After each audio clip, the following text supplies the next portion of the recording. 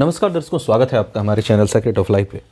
आज की वीडियो धनु राशि के लिए शनि 7.5 पर एक विस्तृत चर्चा में लेकर के आया हूं।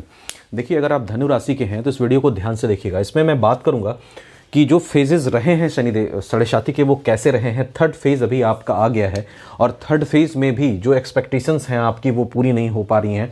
थर्ड फेज़ में भी आपको परेशानियों का सामना करना पड़ रहा है। ये क्यों हो रहा है, कब तक ये होगा, 7.5 आपको पूरी तरह से कब खत्म हो जाएगी और किन बातों का आप ध्यान रखें जिससे ये साल आपका 2022 अच्छा जाए, और कुछ रेमेडीज़ भी इन चीज़ों पर हम चर्चा करेंगे। तो वीडियो ज़्यादा लंबी नहीं होगी, कम समय में ही मैं कोशिश करूँगा हर चीज़ डिटेल में बताने की। तो आप इसको लास्ट तक देखिएगा, क्विट मत करिएगा। देखिए, अगर आप धनु राशि धनु लग्न के हैं, एक ऐसी राशि जो निष्कपट है, जिसमें ज़्यादा छल कपट नहीं है, एक ऐसी राशि जो दिल की साफ है, एक ऐसी राशि जो एंगर भी करती है तो दूसरों का भला सोचती है।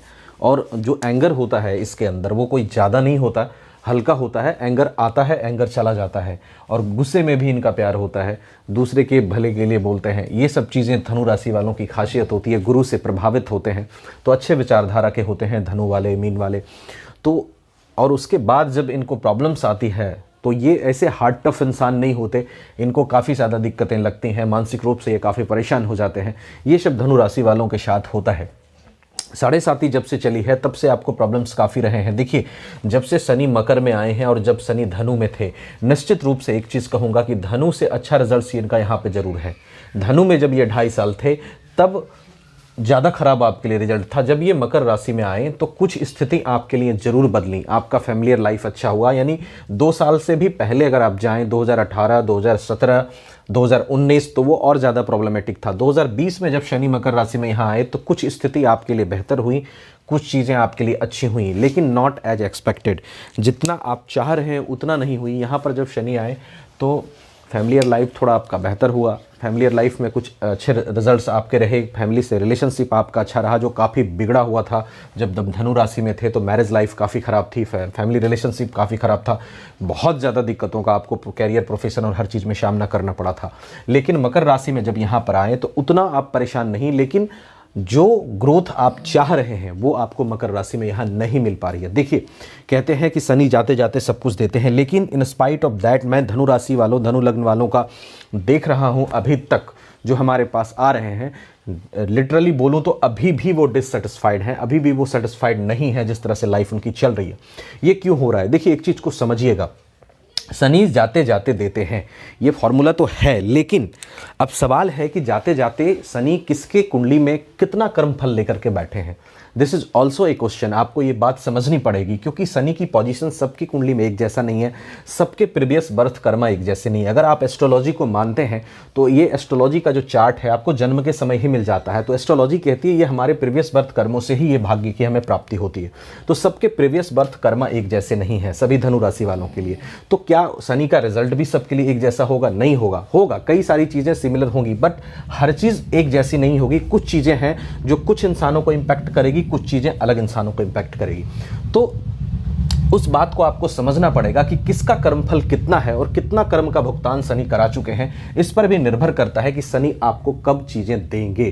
तो यही वजह है कि कुछ लोगों को अभी तक प्रॉब्लम्स आ रही हैं। मैं आपको गलत नहीं कहना चाहता, मैं ये नहीं कि आपको गलत कह रहा हूं कि आप एक गलत इंसान है, नहीं। देखिए, इंसान अच्छा भी होता है, फिर भी शनिदेव 7.5 में प्रॉब्लम तो करते हैं, अच्छे इंसानों को भी करते हैं।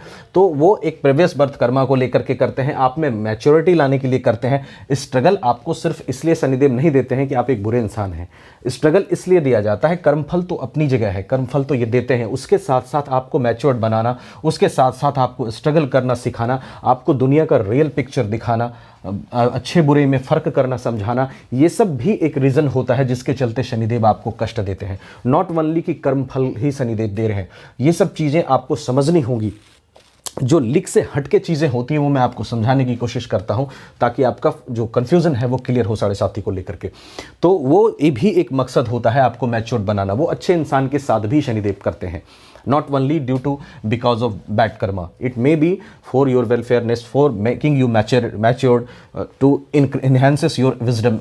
These things also includes in 7.5। तो ये सब चीज़ें आपके लिए होती हैं। अब देखिए शनि का गोचर यहाँ पर है तो नो डाउट फैमिली लाइफ के लिए ये खराब नहीं है, धन भाव के लिए खराब नहीं है, लेकिन जो रिजल्ट्स नहीं आ पाया है अभी तक उसके कारण ये भी है कि अभी शनिदेव शायद सोच रहे हों कि आपको अभी कुछ और मैच्योरिटी प्रदान करनी है, कुछ और लर्निंग्स आपको देनी है, इस वजह से थोड़ा स्ट्रगल्स अभी आपको दे रहे हैं। तो आप घबराएं नहीं बिल्कुल उस चीज़ से। देखिए 7.5 के बाद तो इनको अपना प्रभाव छोड़ना ही पड़ेगा। शनि जहाँ बैठते हैं उससे एक घर आगे और एक घर पीछे इंपैक्ट करते हैं। जब यहाँ थे चंद्रमा पर तब आपके चंद्रमा को इंपैक्ट कर रहे थे, अभी भी यहाँ है तो चंद्रमा को इंपैक्ट ये कर रहे हैं। जब यहाँ से ये निकल जाएंगे तब 7.5 आपकी पूरी तरह से खत्म हो जाएगी। तब ये चाहकर भी वो प्रभाव नहीं दे सकते जो ये 7.5 में देते हैं। अमूमन ये बुरा तो कभी भी किसी इंसान के साथ कर सकते हैं, लेकिन 7.5 का एक विशेष प्रभाव होता है जो खत्म होने के बाद खत्म हो जाता है। तो यहाँ पर शनि जब कुंभ राशि में गोचर करेंगे 2.5 महीने के लिए, 29 अप्रैल 2022 से लेकर के 12 जुलाई 2022 तक, ये जो 2.5 महीने का पीरियड होगा तो इस पीरियड में आपको क्या क्या अच्छा हो सकता है। देखिए सबसे पहले तो मानसिक शांति की प्राप्ति होगी, शांति आपको मिलेगी, क्योंकि 7.5 में पिक फेज में काफ़ी अशांति रहती है और चंद्रमा पीड़ित रहता है। अभी भी ये चंद्रमा को थोड़ा पीड़ित किए हुए हैं क्योंकि पिछले भाव पर इम्पैक्ट है इनका। तो अभी मानसिक शांति की आपको प्राप्ति होगी, पराक्रम में आपकी वृद्धि होगी, सेल्फ कॉन्फिडेंस में वृद्धि होगी, क्योंकि यहाँ पर शनिदेव मूल त्रिकोण राशि में बैठेंगे तो आपके पराक्रम को बढ़ाएंगे। आप जो अपने आप को बहुत दबा हुआ फील कर रहे थे, बहुत वीक फील कर रहे थे 7.5 के बहुत सारे कष्टों प्रॉब्लम्स के कारण, तो उससे आपको निजात मिलेगा। ये 2.5 महीने का पीरियड ऐसा होगा जो आपके लिए एक कह सकते हैं एक लीजर टाइम होगा, एक ऐसा टाइम होगा जहां अपने आप को थोड़ा फ्री फील करेंगे आप और डिसीजंस लेने में आपको बनेगा। आपका सेल्फ कॉन्फिडेंस बढ़ेगा, आपका विजडम बढ़ेगा, आपका पराक्रम बढ़ेगा, ये सब चीज़ें बढ़ेंगी 29 अप्रैल से लेकर के 12 जुलाई 2022 तक। उसके साथ साथ अगर अड़चने आपके काम में शनिदेव बनाए हुए हैं, प्रोफेशन में, जॉब में, कैरियर में, व्यापार में, तो वो सब अड़चने शनिदेव खत्म करेंगे और वो सब अड़चने आपको खत्म होती हुई नजर आएंगी और उसमें बेहतर चांसेस आपको ग्रो करने के मिलने के पूरे चांस रहेंगे इस 2.5 महीने में। और जब शनिदेव जनवरी 2023 में कुंभ राशि में जाएंगे, जब आपकी परमानेंटली 7.5 खत्म होगी, इन द सेंस 20-22 साल के लिए खत्म हो जाएगी। कहने का तात्पर्य है कि 2-2.5 महीने के लिए आपकी 7.5 खत्म होगी 29 अप्रैल 2022 से 12 जुलाई 2022 तक, और वापस फिर शनिदेव वक्री होकर के मकर में आएंगे तो फिर पूरे साल आपको 7.5 बनी रहेगी। 17 जनवरी 2023 को शनि यहाँ गोचर कर जाएंगे तो 7.5 आपकी पूरी तरह से खत्म हो जाएगी, जिसको खत्म हो जाना कहते हैं। फिर वापस से ये मकर में नहीं आएंगे, मतलब बहुत सालों बाद आएंगे। तो वो एक समय ऐसा होगा जब आपके लिए फिर से ग्रो करने का पूरा समय होगा। आप जितने भी एक्सपीरियंसेस शनिदेव ने आपको दिए हैं वो सब एक्सपीरियंसेस का इस्तेमाल करके आप जीवन में आगे बढ़ने की कोशिश करेंगे। वैसे शनिदेव जो है धनु राशि में कोई मारक ग्रह नहीं मानता हूँ मैं इनको, क्योंकि 2nd हाउस और 3rd हाउस के लॉर्ड होते हैं, पराक्रम के कारक, धन भाव के कारक, पारिवारिक सुख के कारक, छोटे भाई बहन के कारक, यहाँ पर ये सब चीज़ों के ये यहाँ पे मालिक हो जाते हैं, शनिदेव लॉर्ड बन जाते हैं। तो यहाँ पे मैं इनको बुरा नहीं मानता, और अगर पोजीशन अच्छी हो कुंडली में तो बहुत अच्छा खासा धन भी ये देते हैं। अगर उच्च के बैठ गए या ये अच्छे जगहों पे जा कर के बैठ गए, 7th हाउस में बैठ गए, तो वहाँ इनको बल को प्राप्त होता है। तो ये सब चीज़ें भी आपको एक बार देखनी जरूरी है कि शनि की पोजीशन आपकी कुंडली में कैसी है। Not depending upon the situation only कि how transit is going for you, depending upon the situation कि आपके कुंडली में शनि की पोजीशन कैसी है, ऑल द प्लानिटरी पोजीशन कैसा है, उन पर भी निर्भर करेगा कि कैसा आपका जो है आने वाला समय होगा। क्योंकि हर चीज़ के लिए आप सिर्फ शनि को ब्लेम नहीं कर सकते। हो सकता है बाकी ग्रहों की भी स्थिति बहुत अच्छी नहीं हो कुंडली में, हो सकता है महादशा अंतरदशा जिन ग्रहों की चल रही हो वो बहुत योग कारक ग्रह नहीं हो आपके लिए, तो उनकी भी रेमेडीज आपको करनी है। तो इन सब बातों का ध्यान रखिएगा। अब कुछ लोग कह रहे हैं, ब्लेम कर रहे हैं, भाई 3rd फेज में शनि के कारण ही ऐसा हो रहा है। हो सकता है 3rd फेज में आपको शनि ने कष्ट देना छोड़ दिया हो, लेकिन आपको मारक ग्रह की महादशा चल रही हो, वो भी एक रीज़न हो सकता है आपके कष्टों का।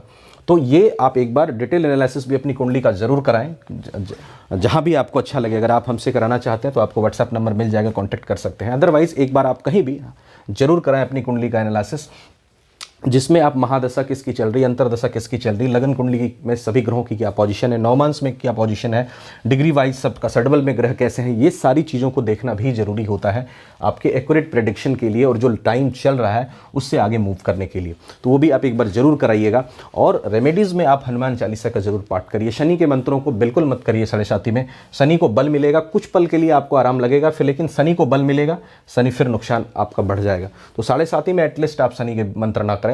अभी आप हनुमान चालीसा का पाठ करें, शिव तांडव का पाठ करें, रुद्राष्टकम का पाठ करें, ये सब चीज़ें आप करें, ज़्यादा बेटर रहेगा शनि के पीड़ा के लिए। और वीडियो अच्छी लगी हो तो लाइक शेयर कर दीजिएगा, चैनल को सब्सक्राइब कर लीजिएगा। Thank you so much.